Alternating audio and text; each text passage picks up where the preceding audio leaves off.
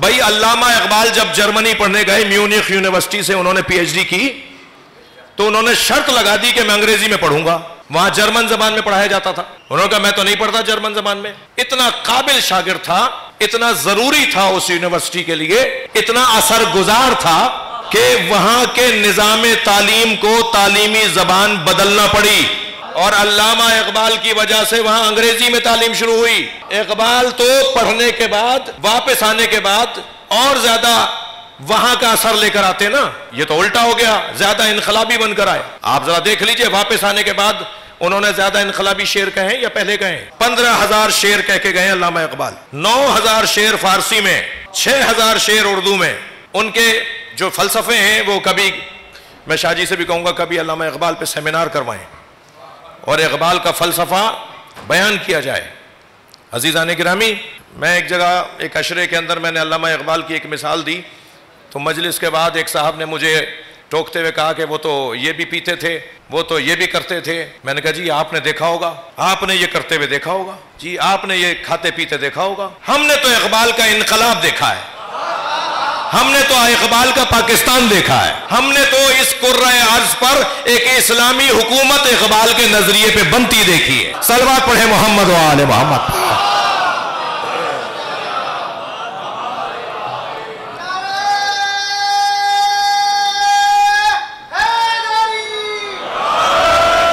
اقبال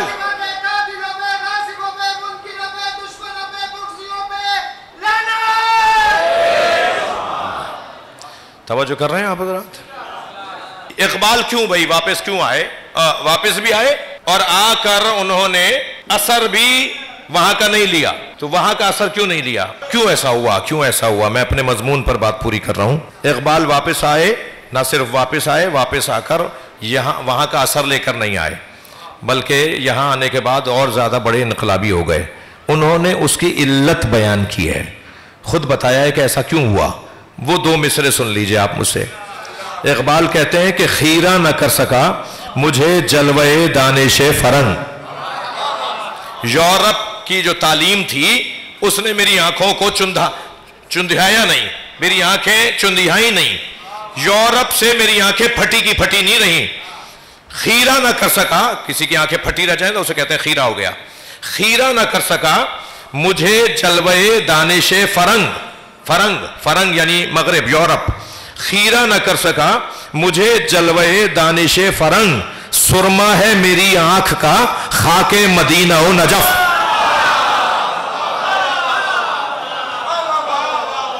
جس کی آنکھ میں مدینے کی خاک کا سرما لگا ہو, جس کی آنکھ میں نجف کی خاک کا سرما لگا ہو, اسے یورپ کی بلڈنگیں اثر نہیں کرتی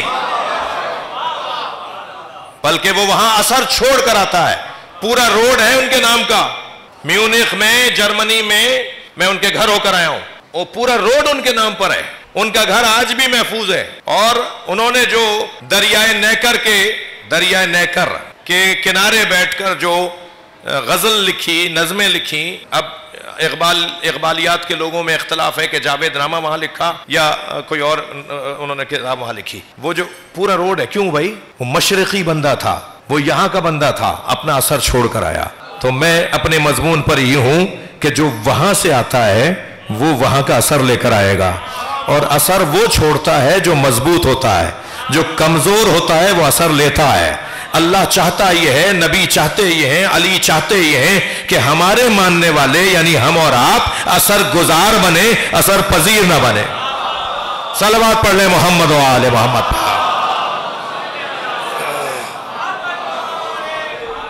آیت کا بستر تو بہت بڑا تھا, آیت کا دسترخوان تو بہت وسیع ہے, بہت دیر تک اس موضوع پر بات ہو سکتی ہے, مگر میرا پیغام آج کی مجلس کا پہنچا.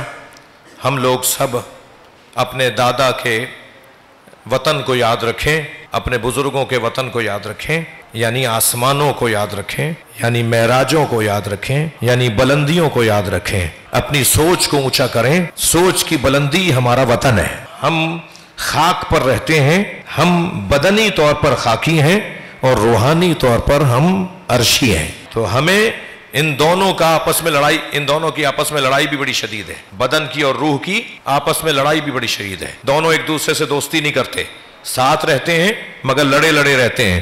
بدن پستی میں رہنا چاہتا ہے اور روح آسمانوں میں جانا چاہتی ہے، وہ بلندیوں پر لے جانا چاہتی ہے. یہی حسن ہے کہ اسی بدن میں تمہاری روح ہو، نظر آؤ زمین پر مگر سوچ تمہاری آسمانی ہو.